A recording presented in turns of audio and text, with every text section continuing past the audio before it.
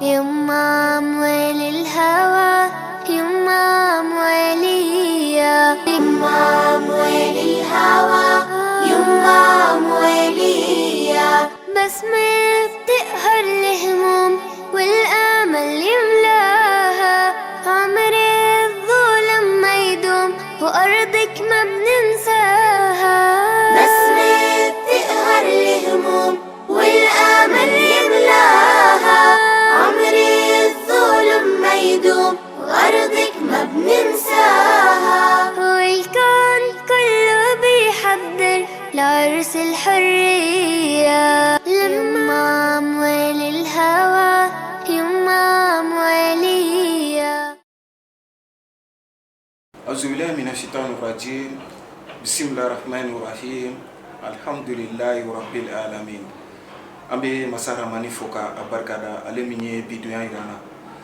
kawla dunya kafo abe auka jemkan kene ka jemkan minni aba fama faso jokene dogokun mimbe nyana maya tilenyata jabarani so sanfe ka fulla se malduma min sigiro benendo frafina bangunga katasi jenfanto bela jelema alamsa katasi kariwo karima wati kile bela jelembe isoko tilenyata la kasika anga jamana kunnafoni sɔrɔ inafɔ aw b'a kalama cogo min na a bɛ waati bɔ gɛlɛya walima lamaka caman o kɛra anw ka jamana kɔnɔ minnu kɛra gɛlɛyaba ye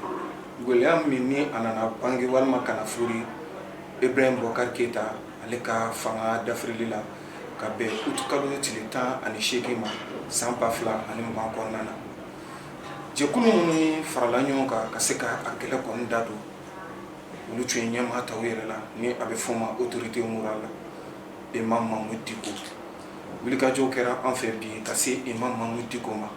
Imam Mahmoud Dicko maa lakodɔnnen don an ka jamana kɔnɔ wa cɛsiriba bɛ a yɔrɔ ka ɲɛsin jamana ma mun de y'a to a y'i makun kalo 6 tɛmɛnen kɔfɛ ka sɔrɔ ka na kuma an bɛ don min na ko bi ale yɛrɛ fɛla ye jamana ko la kisa jumɛn M5 RFP an'u cɛ bɛ cogo di jɛkulu min sigilen don ale yɛrɛ tɔgɔ la ni a bɛ fɔ a ma ko CEMACI ani o cɛmancɛ fana bɛ cogo jumɛn na ka taa se tagama min kɛra a yɛrɛ fɛ ka taa bɔ Sawudiya jamana kan ni o ye Magan jamana ye tagama ninnu kɛra cogo jumɛn na ninnu bɛɛ lajɛlen bɛna kɛ walawalali ani an ka karamɔgɔkɛ Imam Mahmoud Dicko ani ale bɛna jɛ ka min walawala ɲɔgɔn fɛ ni Ala ka jɛ yanni an ka don masalaw kɔnɔ ka kuma di Imam Dicko ma a ka foli kɛ nin waati in na ka se teleɲɛta filɛbaw ma Imam Dicko salamu alaikum. وعليكم السلام ورحمة الله وبركاته. Dicko. مرحبا نعمل. أبا فلك نواتينا كان يشي تلين يتافل بوفا. بسم الله الرحمن الرحيم. الحمد لله والصلاة والسلام على رسول الله. السلام عليكم ورحمة الله وبركاته. أما فلي دمنا فلي تبي أفلي لا. فلي بلد لنا على الدتاي. be ala fu barka da alai ala wali mama kani na ala fa ka hinana ka fishi akocha ala kra muhammad ka alayhi salatu wassalam nasu dunge sanimo na de no kani na ala fa ya rabbi ala min tay kishini nama ni barkai ala ka kishini nama ni barka kenini aw islam kilengelem beledelinga ya rabbal alamin kadamana dum fu mun be jamana kɔnɔ ani mun be jamana kɔfɛ ka foli di bɛɛ lajɛlen ma ka ɲini ala fɛ ya rabbi ala ka hɛrɛ k'an bɛɛ lajɛlen ye ala k'an laban ɲɛ marhaban mashallah tabarikala Imam Dicko ye an bisimilali min kɛ bi min b'a to an bɛ se ka na kuma jamana lahalayaw bɛɛ lajɛlen kan an bɛ i fo k'i waleɲuman dɔn o bisimilali ko ɲuman min taara ka an sɛgɛrɛ ayiwa Imam Dicko ka don ɲininkaliw kɔnɔ joona joona wulikajɔw bilalen kɔfɛ sen kan ni a bɛ fɔ o ma jɛkuluba ma ni a bɛ fɔ o ma M5 RFP aw ka bɔliko laban a kɛra utukalo kɔnɔna na ni ma fili ni ne ma ɲina jumadonya dɔ don min bɛnna utukalo tile 21 ma san 2020 kɔnɔna na o don i ye dantigɛ kɛ k'a fɔ i bɛ segin ka na misiri kɔnɔ kalo 6 o kɔfɛ Imam Mahmoud Dicko bɔra ka dantigɛli kɛ walima an ye Imam Mahmoud Dicko ye mun de y'a to i ye kalo 6 in bɛɛ bila ka sɔrɔ i ma kuma mun nana n'o an bɛ barika da Allah subhanahu wa ta'ala ye ala fo karamɔgɔ ɲamele adamaden n'i ye hakilima ye i tɛ se ka waati bɛɛ kɛ kuma na hakili t'a to fana k'i ka waati bɛɛ lajɛlen kɛ makuna ni kuma waati sera i bɛ kuma ni makuni ka kan waati min i b'i maku o de ye hakilimaya ye waati dɔw kɛra an ka jamana na Ala y'a latigɛ an farala ɲɔgɔn kan ka wuli an wuli kun a don o ye jamana bɛ dakun min na ani lahalaya minnu b'a la yɛlɛmɛ bɛ se ka don a la cogo min o de y'an ŋaniya n'an diinɛ ye nka ko in a ka d'a tigi ye cogo min na a b'a kɛ ten Allahu subhanahu wa ta'ala y'a latigɛ ko in taara wolo fɛn min na laban kɛra fanga yɛlɛmɛ yɛrɛ ye siɲɛ kelen tuma min n'a sera o kundama ma ne ni maaw de jɛra maa minnu olu fana ye jamanaden yɛrɛ wolow ye a halalaw don olu de bɛ nin kɛlɛ ninnu ka waati bɛɛ lajɛlen an kɔni n'u jɛra ka nin waati ninnu kɛ maa min ni ko in yɛlɛmana a y'a jira k'a fɔ sisan bɛɛ n'i jɔyɔrɔ don ko ninnu ne bɛ segin n ka misiri la parce que n ma bɔ a la yɛrɛ i b'ale dɛmɛ a tɔ olu yɛrɛ mun ka baara ye politiki ye n'olu de bɛ se a ko ninnu na ko in ka t'u bolo ka tɛmɛ n'a tɔ ye ŋaniya min b'an bɛɛ lajɛlen na o de ye yɛlɛmɛ ɲuman ka kɛ jamana kɔnɔ ni Ala sɔnna an b'a jigi k'a fɔ o ma se ka caman k'a la mais ne kɔni ye n yɛrɛ sama ka bɔ kɛnɛ ninnu kan ka to n bara ayiwa o kɛra makun sababu ye kalo 6 kɔfɛ i bɔra ka dantigɛli kɛ Imam Mamadu Diko i ni jɛkulu min ye baara kɛ ɲɔgɔn fɛ ni o ye M5 RFP lamagaba fɔlɔ o bilara sen kan ka jamana kɔnɔ ka bɛn ni juin kalo tile 5 ye hali ni y'a sɔrɔ baaraw nana kuncɛ i n'a fɔ i y'a fɔ cogo min na sisan fanga drapeau la an ka jamana kɔnɔ M5 RFP i n'u cɛ bɛ cogo di a bɛ don min na ko di an bɛ barika da Ala ye n b'a f'i ɲɛna i k'a faamu ne ni bɛɛ lajɛlen jamana in kɔnɔ foyi t'an ni ɲɔgɔn cɛ ni hɛrɛ tɛ mɔgɔ si tɛ yen ko ne ni e ko dɔ dakun bɛ ne ni e cɛ ne kɔni ka faamuya la a bɛ se ka kɛ an ka kow ye cogo tuma dɔ la kelenw tɛ adamadenya la o tɛ ban mais k'a fɔ ko fɛn dɔ de bɛ ne ni e cɛ o fɛn tɛ yen bonya de bɛ ne ni bɛɛ lajɛlen cɛ a bɛ se ka kɛ baara kɛcogo la lahala tuma dɔ la ni fili kɛra i b'a sɔrɔ ne de fili la ni ko kɛra a man ɲɛ i b'a sɔrɔ ne ta in de man ɲɛ n'o tɛ olu fɛ foyi ma tɛmɛ ne n'u cɛ ni bonya tɛ ne ka ye cogo la nka adamadenya baara de don min dafalen don o ye Ala kelen de ye n bɛ se ka ko faamu cogo dɔ la olu fɛla t'o ye u yɛrɛ bɛ se k'a ye cogo dɔ la i bɛ taa sɔrɔ o tɛ ne ka ye cogo ye ni an ma sigi k'o da jira ɲɔgɔn na a bɛ se ka kɛ maaw kɔnɔ k'a fɔ ayiwa o ye fɔnkɔɲɔgɔnya ye n'o tɛ fɔnkɔɲɔgɔnya tɛ an si ni ɲɔgɔn cɛ bonya de b'an ni ɲɔgɔn cɛ ni Ala sɔnna. ayiwa Imam Mamadu Diko M5 RFP maa ɲɛma dɔw tun sɔrɔla la minnu ye dantigɛli kɛ waati tɛmɛnenw na k'a jira k'a fɔ Imam Mamadu Diko ye bolokɔni kɔni si M5 RFP la k'a fɔ maa kɔni tɛ a jɛkulu kɔnɔna na min yɛrɛ ni fanga b'o la walima se b'o ye ka jamana mara nin waati in na a man kan ka d'u ma cogo si la i bɛ se ka mun sɔrɔ k'a fɔ o dantigɛliw la. non Ala k'an bɛɛ sababa tiɲɛ yɛrɛ la ɲamɛlɛ k'a fɔ ko ne bɛna don nin sɔgɔ bɛ n'o wɔbɛli la ne tila ɲugu bɛ ɲagaɲaga wuli fɛn dɔw bɛ yen n'u tɛmɛna u tɛmɛna a bɛ se ka kɛ mɔgɔw ka miiri n'u ka faamuya n'u ka cogoya de don n'o tɛ ne tɛ jɔn hadamaden na fo ka taa fɔ mɔgɔ t'u la min bɛ se ka jamana mara ayi ne tɛ se k'o fɔ o don kama fanga tɛ ne bolo ko ne de b'a di dɔ ma maa dɔw de ye fanga paro a b'olu de bolo o tigilamɔgɔw de bɛ mɔgɔw jateminɛ n'u ni maa min bɛnn'a la u b'a a tigi bila a la o tɛ ko in tɛ komi n'a y'a sɔrɔ Diko a b'ale de bolo ale yɛrɛ de ko nin jama in mɔgɔ t'a la min n'a ka kan o kuma taara di mɔgɔ wɛrɛ ma o ko tɛ o ko tɛ dɛ wala fanga a parona a kun tɛ ne bolo a tɛ ne sagoya la maaw b'a la ne ka danaya b'u kan u bonya bɛ yɔrɔ n b'a dɔn fana u bɛ se ko caman na ŋaniya caman bɛ n kɔnɔ nka Ala ye min dɔn a n'Ala ye min kɛ o wasara fɛnw bɛ yen balima t'a kanu ka na n da don o la ko n b'o wuli o fana ka k'a damana kuma wɛrɛ ye an tɛmɛn'o la ni min tɛmɛna o tɛmɛna sisan an bɛ ɲɛsin fɛn minnu ma an ka kan ka hakili to olu de Imam Mamadou Diko kulu sigira e tɔgɔ la ni a bɛ fɔ a ma simasi an bɛ don ne ko bi ni simasi ta k'a lajɛ fɔnkɔ ɲɔgɔnkɔ bɛ u yɛrɛ damaw ni ɲɔgɔn cɛ an bɛ se k'a fɔ a kɛra jɛkulu 2 ye e tɔgɔ la Imam Mamadou Diko e fɛlɛ ye mun ye simasi ko la o bɛ don ne ko la ala k'an bɛn sa awɔ non ne ye min f'i ye i b'a fɛ k'an da don kuma la ne tɛ a fɛ k'an da don kuma la parce que nataraw ka kuma don le diable dans le détail n'i ma fara kuma a wɔgɔbɛ la i bɛ fɔ bɛɛ fɔ n'i ye maakɔrɔ ye i ye hakilitigi ye kuma bɛ kuma la i b'i kɔlɔsi a la tiɲɛ don semasi sigira k'a sigira ni ne tɔgɔ ni hakilina ye mais ne t'a sigi ba ye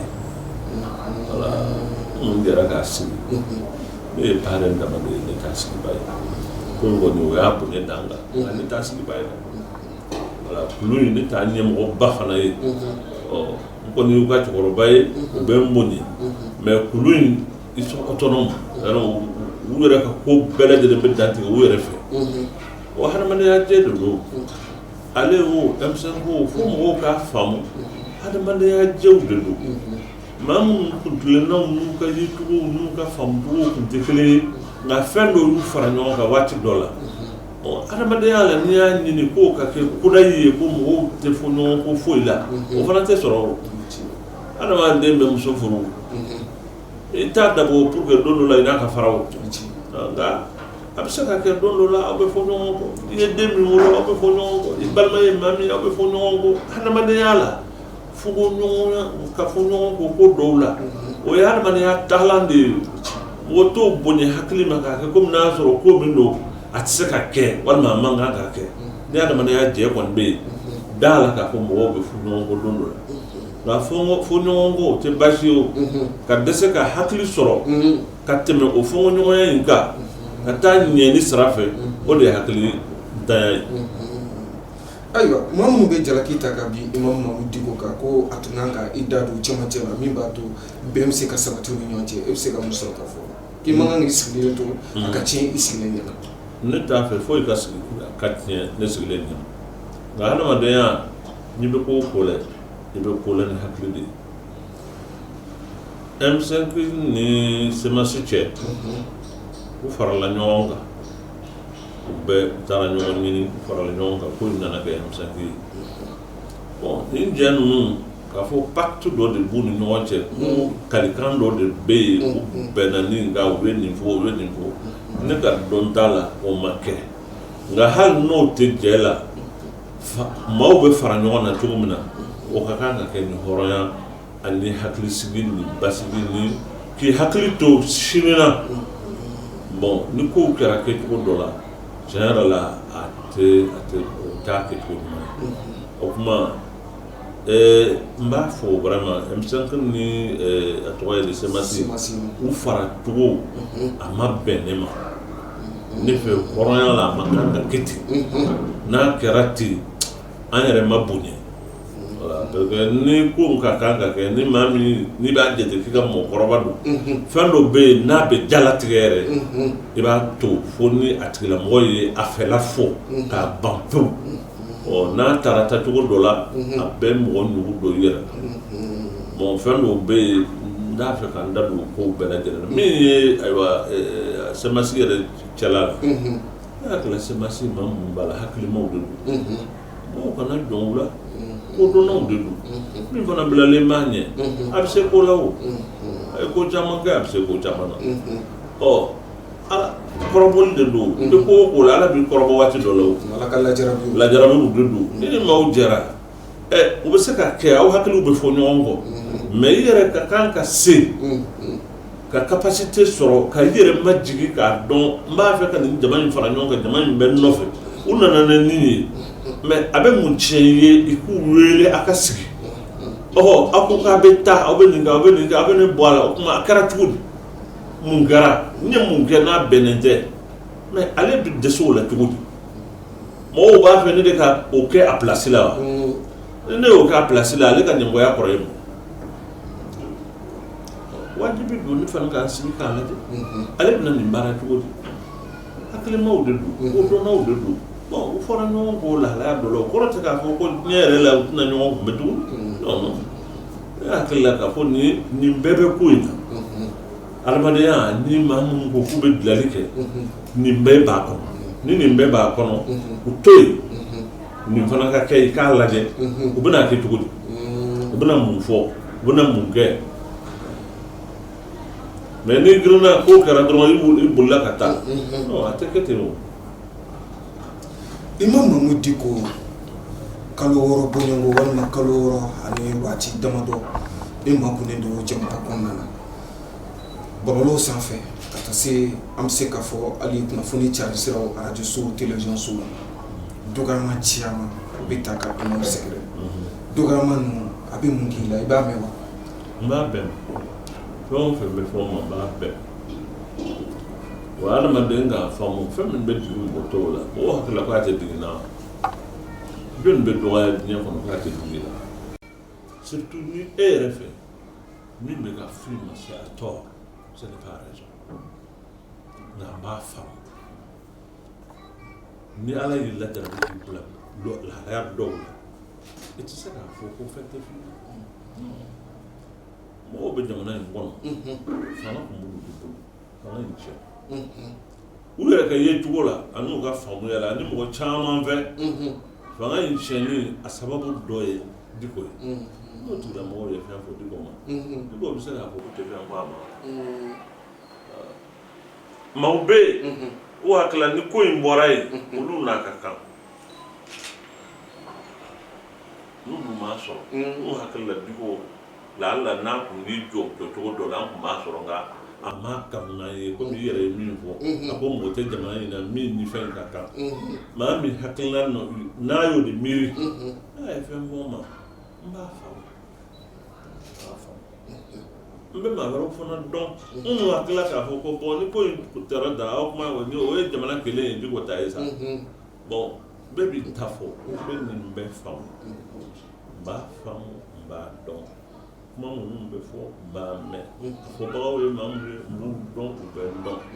u bɛ min fɔ u ni ala cɛ u b'a dɔn ne yɛrɛ fana b'a dɔn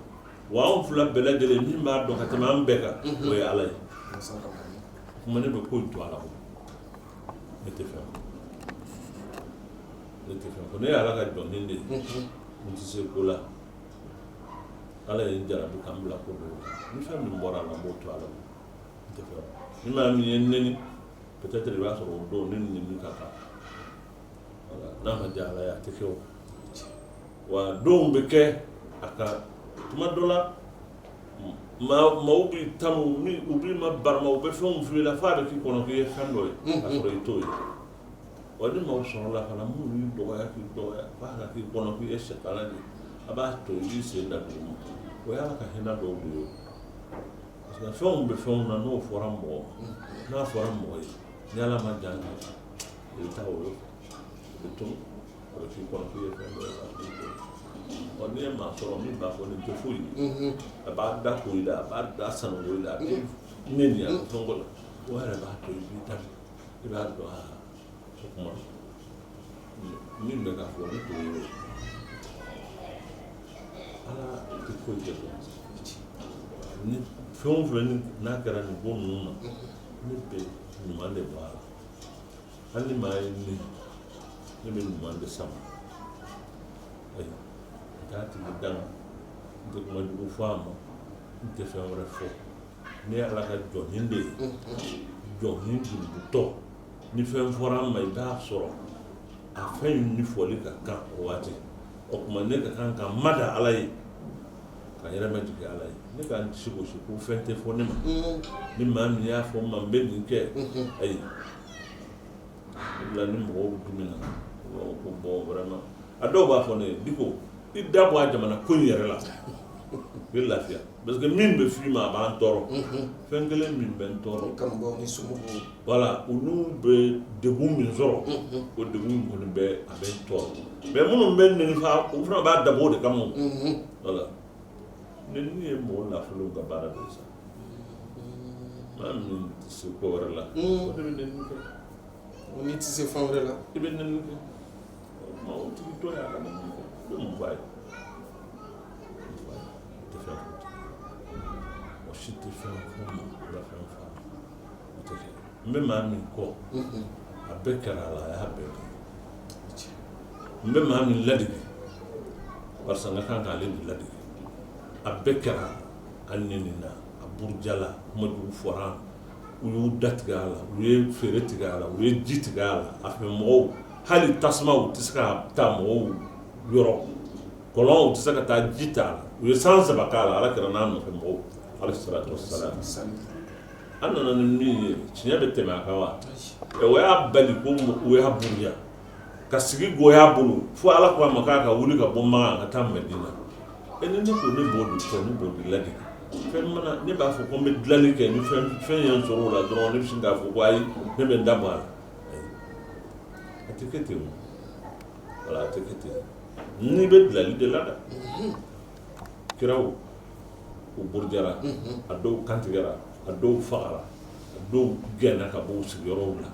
o ye ala ka kiraw ye y'a dɔn olu kɔni nana ni min ye o ye tiɲɛ nka o y'a to ko mɔgɔw sɔn k'u tama o ye mɔgɔw bali k'u buruja tɛ se k'a fɔ ko n bɛ min na ko mɔgɔ si tɛ sɔrɔ min bɛ n buruja wala a bɛ kumajugu fɔ ma wala a bɛ nin fɔ ma tuma dɔw la o ye ala ka hinɛ dɔw de ye o b'a to i b'i yɛrɛ dama dɔn i yɛrɛ dama dɔn dɔw ye ala kɛra mɔden dɔ ye alayhi salatu wassalam Zaynul Abidin kɛra mɔden don dɔ la a n'a ka jama u bɛ taama ɲɔgɔn fɛ u ye cɛ dɔ ye mɔgɔw a fɛ mɔgɔw ye cɛ ye yɔrɔ min na u bɛɛ u furuna i b'a dɔn k'a fɔ ko dimina o ye cɛ ye a y'u kɔlɔsi a ko ŋɔni nin don min a ko k'ale don dɔ min bɛ to ka i buruja ka kuma jugu f'i ma k'i kɔrɔfɔ kɔfɛ a bɛ nin f'i ma a bɛ nin kɛ ko de ye nin ye mɔgɔw girinna k'u bɛ d'a kan nin y'an teri de ye o nin y'an de ɲɔgɔn de ye an kɔni an ka ɲumanya de kɛ nin ye a taara so a ye fɛn caman fara ɲɔgɔn kan k'a di cɛ ko maa min bɛ buruja ko a b'a yiri de ye dunubu ni tɔɔrɔ min b'i kan ale bɛ dɔ de ta o la wala n'a ye min f'i ma ni min ye ala tiɲɛ ye hali ni tiɲɛ don ale y'i kɔrɔfɔ de don a bɛ dɔ ta maa min b'i dɛmɛ k'i ka dunubu ka dɔ t'a la o fa i ka kan k'o dɛmɛ wala kan k'o dɛmɛ nin ye ala kɛra mɔden de ye a kɔrɔfɔ ba n'a burujaba a taara minɛn de fa hɛrɛ la ko ka taa di o tigilamɔgɔ ma anw ko k'an bɛ ala kɛra de nɔfɛ alayhi salatu wassalam anw tɛ se ka kɛ ale nɔfɛ dogo minnu y'ale masiri n'an b'a fɔ k'a ka dogo de bɛ bɛɛ ta sanfɛ k'a cira de pour que ka dogow dilan bon o dogow sabali ni muɲu de y'a la belebele ye a kɛra a la caman a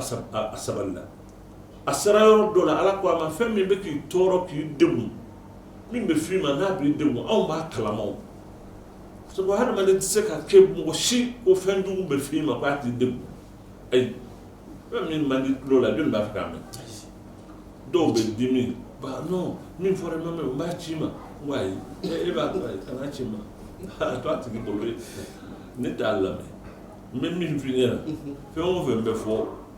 fɛn kelen t'a la ne yɛrɛ bɛ min mɛn ayi ne t'a lamɛn ne tɛ whatsapp kan ne tɛ facebook kan ne tɛ réseaux sociaux la n tɛ foyi fɔ a la fo ni maa min ye n ka kuma ta ka taa k'a la n'o tɛ ne yɛrɛ t'a si la donc n'i bɛ fɛn min fɔ tuma dɔ la i b'a fɔ ka tila a la ne t'a kalama wa n t'a radio lamɛn n t'a fɛn wɛrɛ lamɛn mɔgɔw de bɛ n wele non an bɛ nin ci ma n bɛ nin lamɛn a ye nin f'i ma ne ko n ko a digira e la e b'a fɛ ne k'a lamɛn pour que a ka digi na mun na i tɛ n to yen wa lafiya di yan Imam Mahmoud Dicko kunnafoni sɛbɛn walima kibaruya dɔw bɔra n'a ye k'a fɔ i ye plainte porté dɔw contre la ka taa n'u ye Bɔgɔji nin kɛnɛ kan halisa maa dɔw bɛ dibi la olu nɔfɛ maaw yɛrɛ y'a jira k'a fɔ Imam Mahmoud Dicko de ka plainte don walima Imam Mahmoud Dicko sen bɛ u ka datuguli la kaso la i delila ka maa dɔ tugu kaso la i ye plainte porté kabini ala k'an da ni kɛra mɔgɔ ye Imam ko ne kɛra mɔgɔ ye ne de don a ka da a ma kɛ ko ne taara don polisi la a ye k'ale wele a ye nin kɛ n na a ma kɛ abada amaka bada imam o kuma dun tuntulen do an ka jamana kɔnɔna na bon bɛ ka fi ɲɛna de ne tɛ se ka mɔgɔw bali k'u ta fo mais ne bɛ k'a fi ye de ne kabini ala k'an da ni kɛra mɔgɔ ye k'a fɔ ko ne yɛrɛ taara jɔ polisi la walima n taara jɔ gendarmerie la nin ye kaari ye a ye nin kɛ n na a y'a wele a k'a ɲininka mun na a ye nin kɛ n na a ma kɛ a bada kabini kɛra maa ye a ma kɛ fɔlɔ kɔni a ma kɛ tɛ maa wele polisi la n t'a fɛ mɔgɔ ka wele ne yɛrɛ t'a ɲini ala fɛ mɔgɔ ka wele ma deli ka wele fana ko n taara ɲininka n da la k'an na ko n y'a fɔ tan n y'a fɔ n welela ko minnu na o tɛ bi ko ye ne la ka taa ni sécurité d'état la ko bɛ ka fɛn dɔw fɔ kabini Musa Tile ko de référendum ko la a don kama n ye kuma fɔ ko ni maa o maa taara référendum la ka taa bulletin ta k'a don k'a fɔ ko nin min filɛ nin ye a ka di ye i ka mara ni nin ye nin dun tɛ ala ta ye a kira ta ten o tuma i ni ala bɛ ɲɔgɔn na dɛ n delila k'o kuma sugu fɔ u ye n wele o la ka taa ɲininka da la kan na ko e bɛ nin fɔ ne tun ye o bolo ye n b'o kalan tɛ bi kɔ ye dɛ tɛ bi kɔ o y'a sɔrɔ ne yɛrɛ denmisɛnnin a kɛra n'o sugu bɔra a la k'a fɔ ko ne yɛrɛ hakili b'a la ni mɔgɔ de fɔra ɲɔgɔn kɔ b'an taara ɲɔgɔn fɛ polisi la ou bien gendarmerie la a ma kɛ a bada ne ka ɲɛnamaya kɔ donc maa o maa datugura ko min na ne ala de b'a dɔn ne t'a dɔn ni maa min o welela fana fo n'a sɔrɔ n nɔfɛ mɔgɔ don walima n denw don walima fɛn wɛrɛw don minnu bɛ lamini na bon n'a digir'u la walima parce que ne y'a mɛn a fɔra dɔw ko k'u bɛ ne fa u bɛ ne denw fa u bɛ ne musow fa u bɛ fɛn wɛrɛw fa ne ko ko kuma bisimila bamananw ne ye mun k'aw la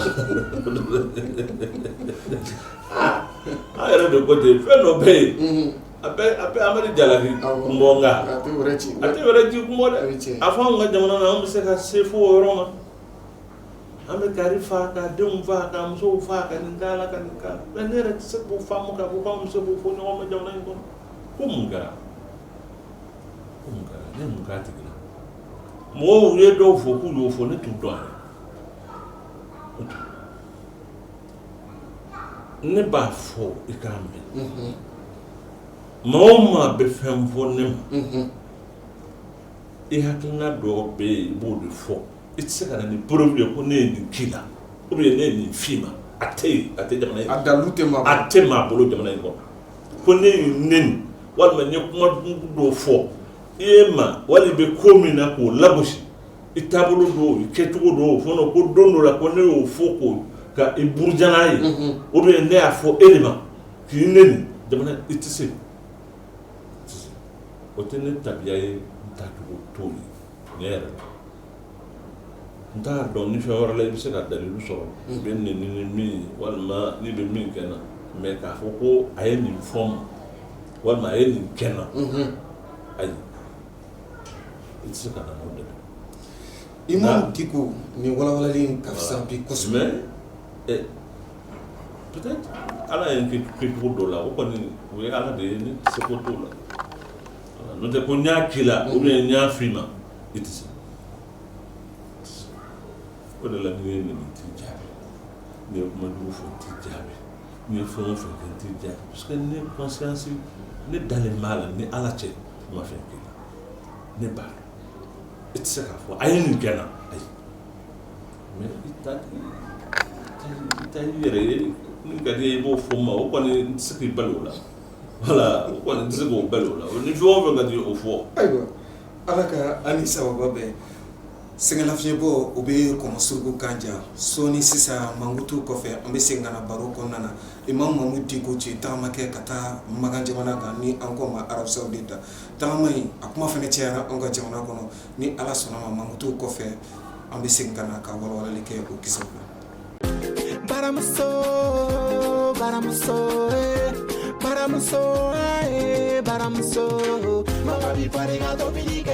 Baramuso ka piment aromatisé banna. Depuis ne baramuso ka sumala piment tɛ sɔrɔ ne tɛ se foronto tɔ ma tuguni parce que baramuso kan sumala pimenté non seulement foronto b'a la sumala b'a la wa épices caman fɛnɛ b'a la wa a ka ɲi mɔgɔ ka kɛnɛya ma ka tɛmɛ ou bien nin ka cɛ o yɛrɛ de don ka cɛ merci o siga ka baw la n'aw ma baramuso foronto aromatisé sɔrɔ o t'aw forontoko mako sa fiyewu baramuso ka sunbala pimenté b'aw forontoko mako bɛɛ lajɛlen ɲa ka kɛnɛya sabati aw farikolo la k'aw ka dumuniw dundala diya kosɛbɛ baramuso i ta i ka kow ye foli ani tanu k'o lase aw kelenkelenna bɛɛ lajɛlen ma nin waati in na aw minnu bɛ k'aw ka jɛmukan lajɛ tele ɲɛta Jabaranin so sanfɛ ni an b'a fɔ a ma faso jɔ kɛnɛ ka malidenw fo Mali kɔnɔ farafinna bangun kan ka taa se diɲɛ fan tɔw bɛɛ lajɛlen ma bi anw ka jɔ kɛra ka se maa min ma o ye Imam Mamud Diko ye an n'ale bɛ ka masala jamana kisaw kan masala walima ɲininkali tun nana da yɔrɔ min na o de ye ka fɔ Imam Mamud Diko a ye tagama kɛ ka taa Makan jamana kan n'o ye Arab Saoudite tuma min na tagama in kɔni kɛra ka segin ka na anw ka jamana kɔnɔ kumaw cayara kunnafoni di sɛbɛnw ka taa se kunnafoni carisow yɛrɛ bɛɛ lajɛlen ma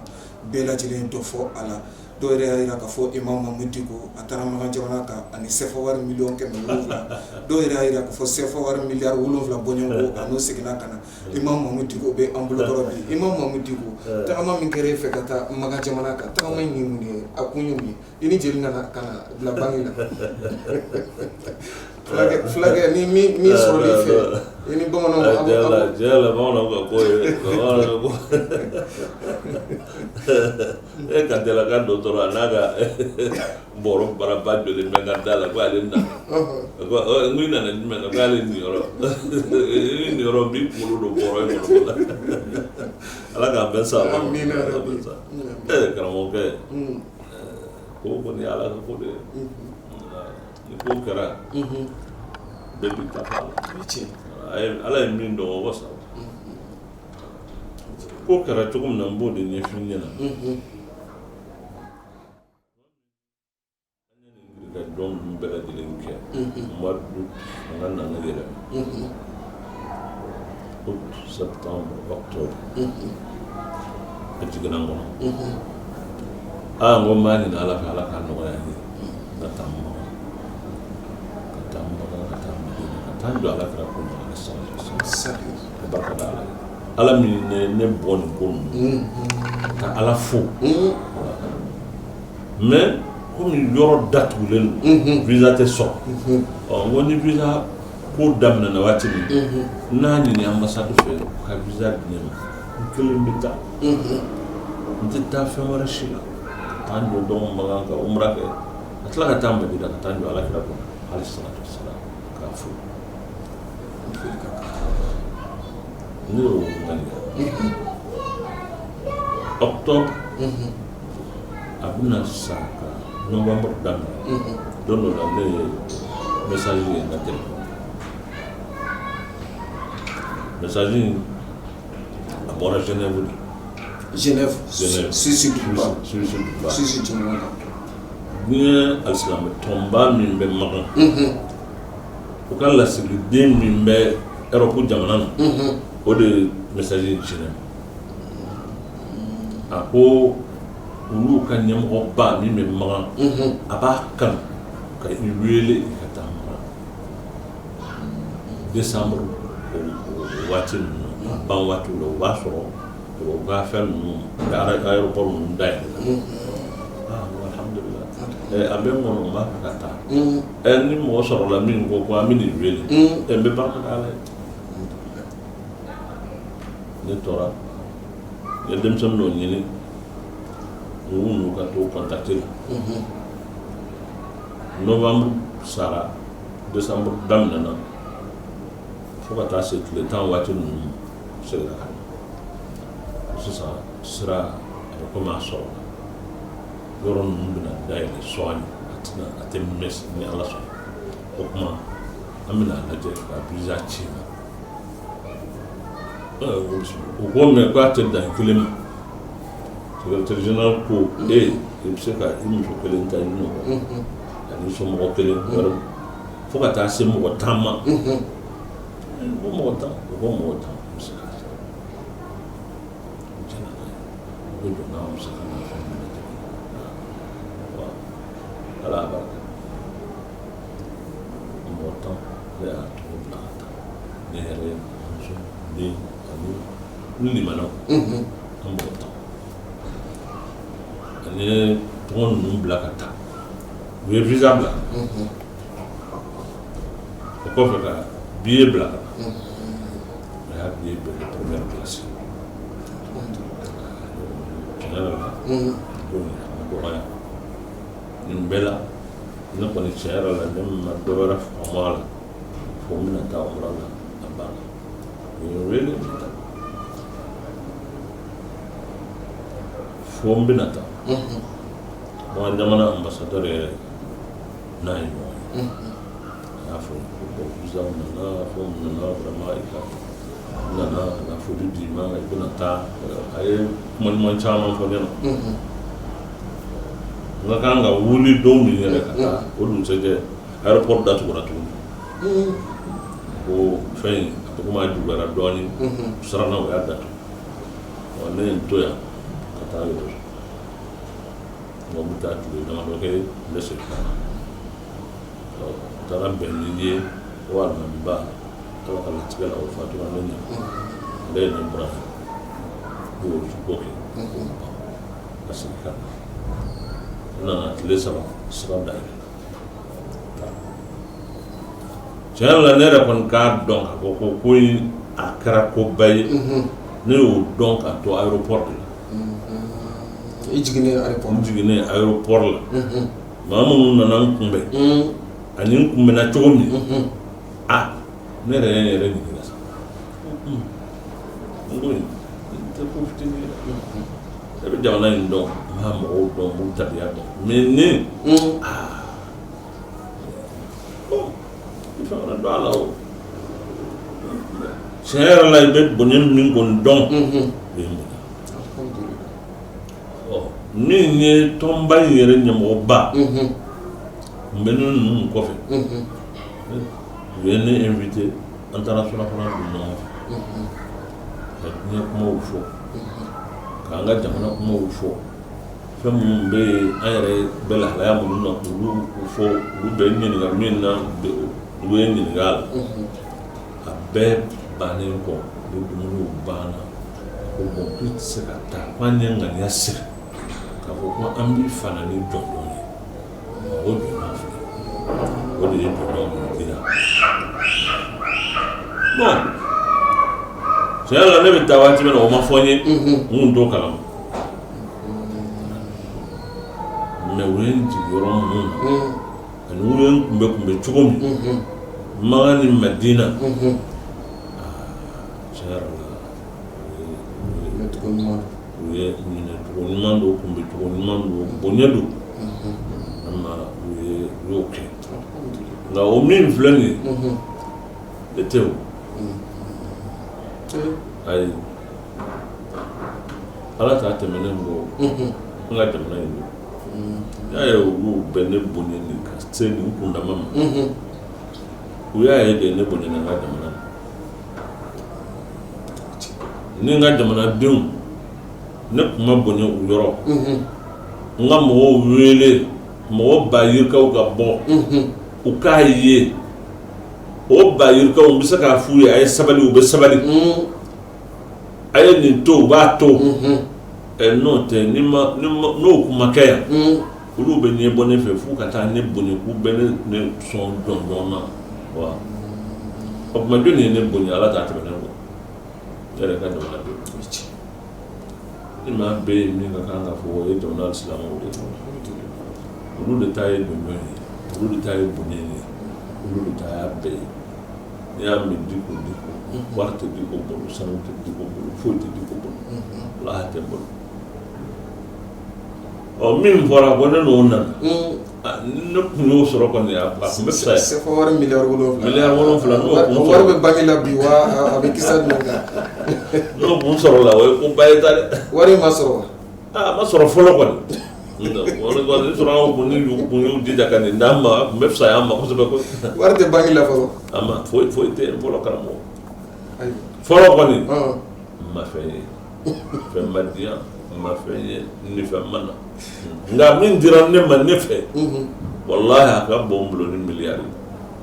wallahi billahi tallahi n bɛ n kale Ala la o ye min ni ne ma ne b'o fisaya ni diɲɛ n'a kɔnɔ fɛn bɛɛ ye maa min ye ala kira diyan n ka taa n jɔ ko nin ye ala kira ka minbari seliya i ni maa tɛ ne tɛ se ka fɛn sɔrɔ diɲɛ kɔnɔ min b'o bɔ ne fɛ o ye ko bɛɛ de ye o voilà maa min ko ne ma ko nin kɛ n tɛ bɛ duguma ko ala e de bɛ se nin na n y'a dɔn e de bɛ se nin na mɔgɔ si tɛ yen ko nin ye minbari ka ala kira ka minbari de ye yan ye maaw bɛ kɛlɛ de kɛ ka wɔsi cɛ farinw cɛ gɛlɛnw de bɛ se ka u jɔ yen ka u tɛ turu duguma ka sɔrɔ ka tɛmɛ ka na o yɔrɔ lankolonya k'a fɔ bɔn a filɛ nin ye mais ala b'o kɛ ne ye ne hakili bɛ wari yɛrɛ la wa hakili tɛ wariko la o i tɛ bamanan ye min wariko kɛlen bɛ ka aw dan nɔ ayiwa Imam Mamu Diko sɛbɛn bɔra i fɛ ni a bɛ f'a ma nanzarakan na ko manifeste o fana kuma cayara tuguni an ka jamana kɔnɔ manifeste président de ko bɛ Imam Diko kɔnɔ wa manifeste ka bamananw mara kɔni o tɔ y'o de sisan ayiwa manifeste k'i da don a la ka da bonya fila fɔ a la waati bɛ ka sɛbɛnkɔrɔ bisimila n'ala sɔnna inshallah bon tiɲɛ don adamaden ye adamaden de ne y'a f'i ye n ko ala t'a tɛmɛnen kɔ ala ka bonya de don a farala ala de la maliyɛnw ye ne don walahi jamana in mɔgɔw ye ne don a mɔgɔw ma bonya fɛn o fɛn bɛ yen mɔgɔw bɛ ka burudeli ni fɛnw ne t'o da bonya min da ne ka o kɔrɔ a ka dɔgɔ n'i ye maaw wele maaw bɛ bɔ de maaw ye suguw datugu yan ala ka baara yɔrɔw datugu ko imam de y'an wele ne ye n makun o la n ma kuma n ma fɛn fɔ ko in bɛɛ kɛra ne man ko fɔ ala ye wele ka taa ni ye magan o kɔni ye ala ka wele de ye ne b'a faamu ten de ala de wulila ne ye ka taa ni ye magan ka taa n jɔ n kuntigi kunna ale salatu wassalam wallahi ala y'o kɛ n bɛ ala fo ka ala barika da o la foli banbali tɛ foyi sɔrɔ diɲɛ kɔnɔ min bɛ o ɲɛ ne bolo a tɛ ne bɔra o foli la ka na min tun bɛ ka kɛ yan ne tun t'o kalama koyi a y'a f'i ye n ko n tɛ Facebook lajɛ n tɛ WhatsApp la n tɛ fɛn wɛrɛ la peut-être denmisɛnninw dama bɛ kuma ɲɔgɔn fɛ mais ne yɛrɛ t'a kalama jumɛn bɛ ka labɛn ne selen Bamakɔ aéroport la de ne y'a dɔn k'a fɔ ko mɔgɔw bɛ aéroport la u bɛ ka ne kɔnɔ nka o fana y'a miiri k'a fɔ a bɛ sɔrɔ aéroport in kunbɛli dama de don ne nana bɔ ka n'a sɔrɔ fɛn wɛrɛ don Bamakɔ aéroport la fo n ka so mɔgɔ dɔw bɛ yen u b'u sen kan u bɛ taa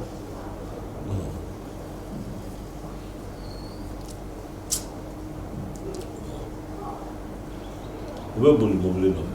u bɛ taa n'u sen u bɛ wɔsi ne dun bɛ kile kɔnɔ n bɛ k'u filɛ min bɛ kuma ni min bɛ ka kuma n kɔnɔ o ye fɛn ba ye mɔgɔ minnu ye u ye nin bɛɛ kɛ u bɛ nin bɛɛ kɛ mun hali ni min fɔra n'o tun bɛ ne bolo miliyari 7 ye a fɔ a bɛ se ka di nin jama in ni n y'a tila u ni ɲɔgɔn cɛ kabini n'a yɛrɛ bɔra a tɛna ban wa mɔgɔ minnu bɛ nin bɛɛ kɛ o t'a kɛ foyi kama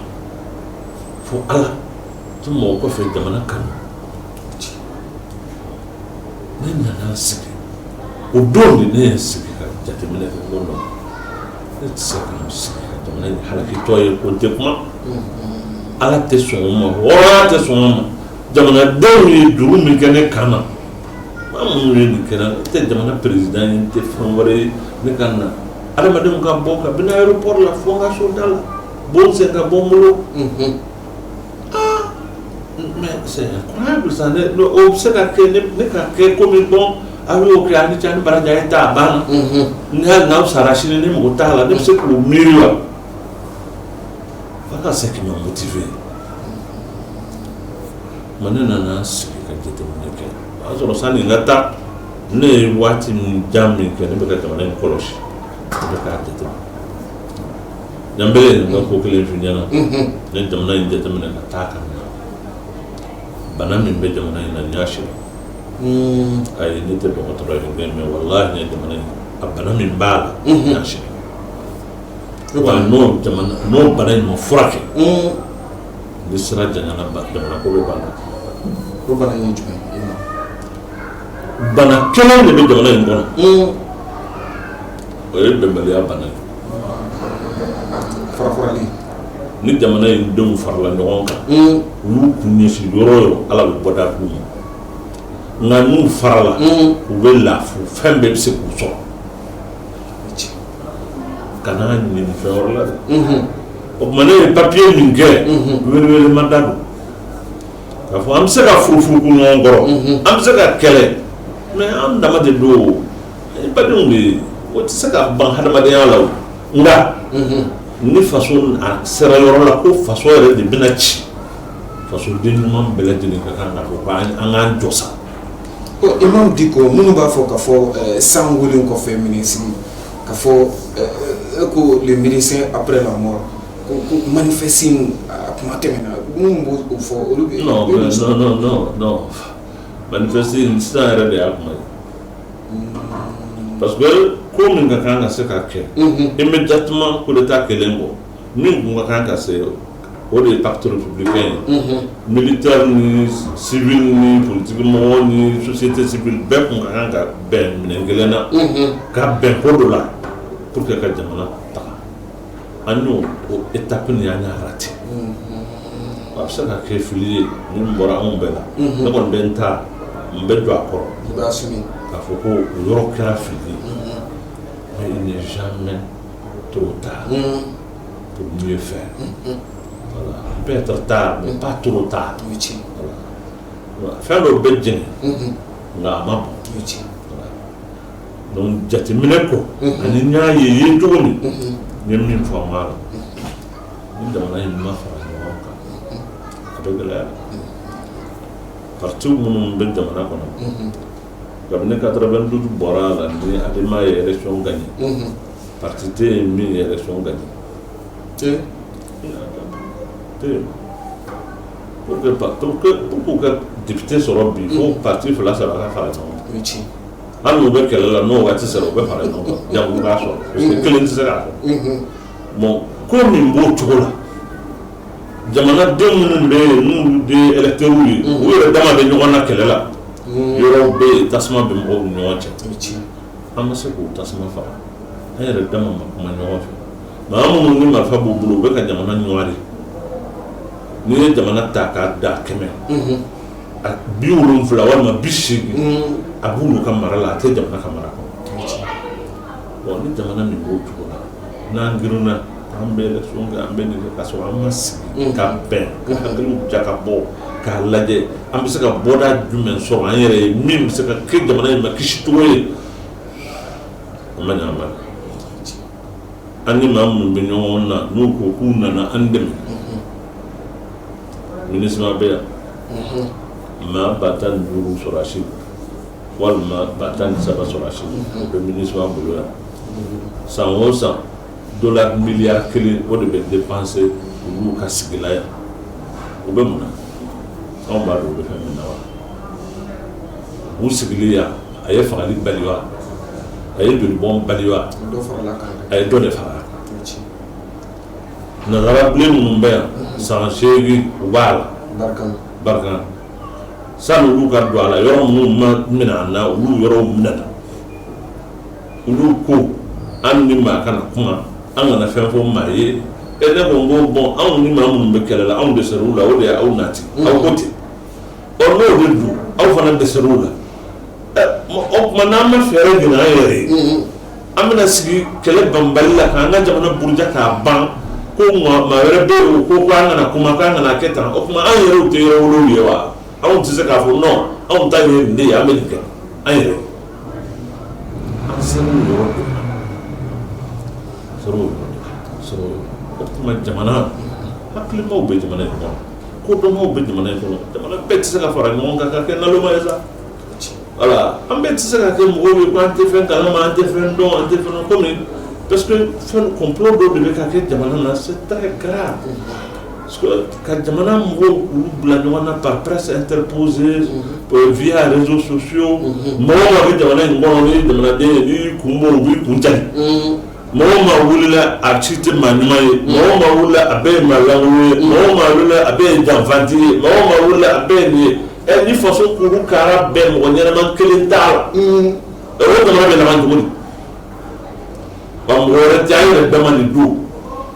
ni ɲamɛrɛ wulila ne bɛ e tɛ ɲamɛrɛ dɔn ne nin de la a bɛ nin de la a bɛ nin de la ne bɛ to fo ka campagne wuli a kɔntɔn la ɲamɛrɛ ko ka ban maa wɛrɛ min mana wuli an b'a ɲini k'o ka ban jamana bɛ se ka kɛ ten wa o bɛ faso jɔ wa faso tɛ jɔ ni burujali ye a tɛ jɔ ni nenini ye a tɛ jɔ ni besɛnbɔniya ye a tɛ jɔ n'o ye olu bɛ faso cilen u t'a dɔn fo o fɛn ninnu an b'u an min k'a bɔ an dusukun na hali ni bɛ tɔɔrɔ an k'a faamu k'a fɔ ko daruri puisque diɲɛ bɛ cogo min na bi 2022 anw dama tɛ faransi fana bɛ taa élection na olu ka jamana bɛna taa bolo min kan anw t'o dɔn an bɛ diɲɛ kɔnɔ bi pandémie dɔ b'a la n'o ye nin bana lahawla bana in ala k'an kisi a ma coronavirus Ebola fɛnɛ voilà ni virus n'u ye vaccin dɔ dilan a la sini a bɛ yɛlɛma a bɛna ni phase wɛrɛ ye bon o bɛna nazara wajibiya bi u ka sisikuluw bɛ duguma u ka ayiwa fɛn wɛrɛw jɔra u ka économie a jasira u bɛ kamana gan na u yɛrɛ bɛ k'u yɛrɛ ɲini diɲɛ bɛɛ lajɛlen b'a la k'a yɛrɛ ɲini anw sigilen bɛ Bamakɔ dama jamana tɔ bɛɛ bɛ ka minɛ an na n'an ma fara ɲɔgɔn kan ka hakili jagabɔ k'a fɔ ko an k'a lajɛ an bɛ bɔ nin ko in na cogo di n'an yɛrɛ m'o fɔ an yɛrɛ ye o ko bɛ ɲɛ wa o ko tɛ ɲɛ Imam Mamudu Diko waati sɛbɛkɔrɔ korona bolo nka ɲininkali laban ani k'i ka kumakan labanw d'a kan yanni an ka sigi wɛrɛ cɛ juillet kalo tile 11 ka taa se 12 ma e ka misiri la Balabugu faliw kɛra yen nɔ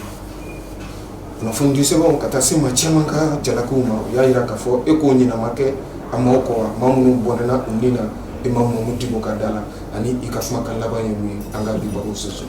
Bon n y'a dɔn n ye kuma caman mɛn ko in na n bɛ fɔlɔ ni min ye o de ka dugawu k'a tigiw ye hali bi k'a ɲini Ala fɛ Ala min ta ye hinɛ ye Ala ka hinɛ u ma. Imam Diko ɲɛnama kɛ u kɔ minnu fatura. Non, ne bɛ se ka ɲinɛ olu kɔ wa mais moi je ne suis pas l'autorité fanga tɛ ne ye o il faut que mɔgɔw k'o de faamu ce n'est pas moi l'autorité. Ka kuma kuncɛ Imam Diko o bɛ se ka mun sɔrɔ ka fɔ. Bon ne kɔni bɛ min fɔ vraiment hali bi n b'a fɔ malidenw ye n delila k'a fɔ n bɛ se ka dan tɛ sabali la voilà n ka sabali sera dan na hali bi ma sabali ayi dan tɛ sabali la n ka sabali ɲɔgɔn kɔrɔ ni Ala y'anw bɛɛ lajɛlen kan Ala ye fɛn min d'an ma an ni yɔrɔ n'an garijɛgɛ sigiyɔrɔ la dugukolo in kan o ye Mali an ka sabali ɲɔgɔn kɔrɔ k'a lajɛ anw ka jamana in bɛ se ka kisi ka bɔ nin yɔli ni nin lahala jugu ye o tɛ se ka kɛ abada n'an yɛrɛ dama ma yafa ɲɔgɔn ma ka fara ɲɔgɔn kan maliyɛnw faralen ɲɔgɔn kan o bɛ se ko bɛɛ nka ni an yɛrɛ kɛra fɛn bɛɛ bɛ sa ma Ala k'an kisi. Ala k'an kisi manifeste hakilina min b'a la o y'o ye ne yɛrɛ bɛ yafa ɲini bɛɛ fɛ bɛɛ ka yafa man yafa de bɛɛ ma Ala k'an bɛɛ sa o hali bi jamana Ala k'a basigi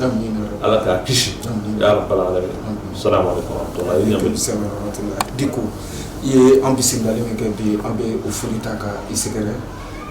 ni Ala sɔnna ma nin tɛna kɛ an ka baro laban ye tuma ni tuma ka se ka wuli ka jɔ kɛ ka na i yɔrɔ ani ka se ka masala jamana kisaw kan o bɛ diya n ye kosɛbɛ kosɛbɛ an bɛ i fo k'i waleɲuman dɔn nin bɛ dansigi kɛ aw ka bi jɛmukan na ni o ye faso jɔ kɛnɛ ye maa min ni an wulila ka se a ma bi o ye Imam Mamudu Diko ye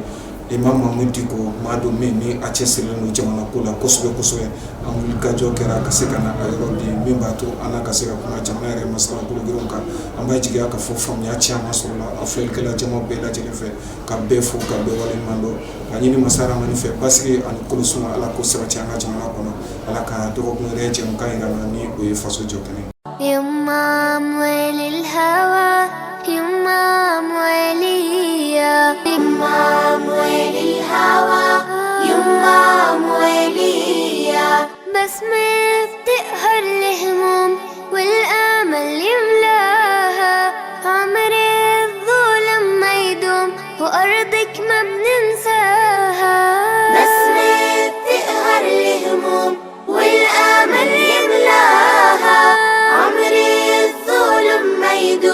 وأرضك ما بننساها. والكون كله بيحضر لعرس الحرية. لما